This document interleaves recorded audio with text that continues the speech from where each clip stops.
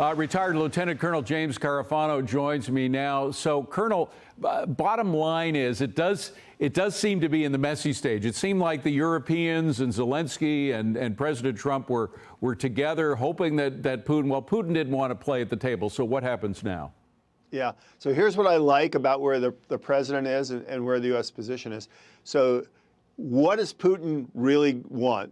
Does he really believe the generals just wait 3 months and we can win the whole thing, just, stall it out? Is he playing rope-a-dope? Is he just trying to get the best deal he can?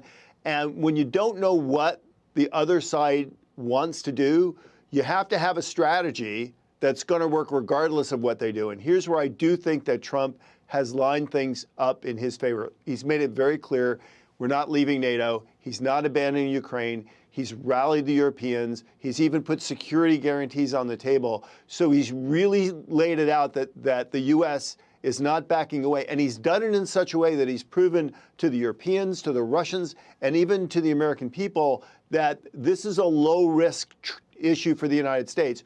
We can do this. We can support this. We can give them nothing. And he's done it in such a way that he knows we're not headed to World War III. So I think he's actually in a very strong position. And he's signaling, dude, I'm not going to back down. And these games are just going to dig you in deeper. That's my read. What Putin doesn't know is whether he's going to pull the trigger on economic sanctions. How much longer is Trump going to wait on that, do you think? Well, I don't know. This is, I think, the real question, which is, look, I think is, if you want to get the Russians' attention, you just keep hammering them. But I think the president feels like he's very, very comfortable. It reminds me of the Iran deal, where the Iran attack is like, if he attacks Iran, he wins. If he doesn't, the Israelis attack Iran, he wins. And he loves these situations where no matter what I do, I win. And I do think he feels like he has control of this and he can control the pressure. And so he's going to do it on his timetable. Now, if I'm the Russians, that would make me super nervous because he might pull that trigger at the time that it's actually least helpful for them. So I think Putin's playing a dangerous game here. I don't think he's got a path to being better off than he is now. Well, if he continues along this line, I mean, how much more of his obstinance and his lobbing missiles into Ukraine is Trump going to take? I don't think much more, do you?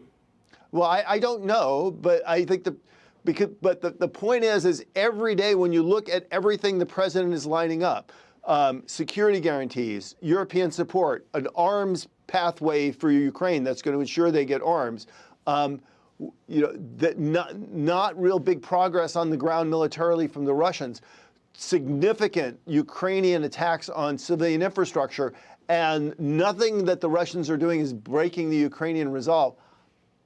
What are you waiting for? So I don't know. But we could really cripple the Russian economy almost immediately by various means, not just the sanctions, but by other means as well. I want to move to a slightly different area. A new report claims that North Korea has a secret base near China with missiles that are actually capable of reaching the United States. Is North Korea a real threat to our country? Yeah, I have 2 words for you. Golden Dome. So by moving the United States into a much more aggressive structure of providing comprehensive missile defense to all our territory and including a space-based layer, what that is going to do, and this is technology that, unlike when Ronald Reagan talked about it, the technology is already here to do this, and the cost is actually affordable. We can stay ahead of that threat. So this is another example where you don't want to depend on what your enemy does. Trump is going to put us ahead of the threat, regardless of what the North Koreans think they can do. And you think of how you would integrate AI into that technology and that idea, the context of the whole idea of defense that AI could be a part of with this, and it's extraordinary. We could be on a new level of dealing with nuclear nations.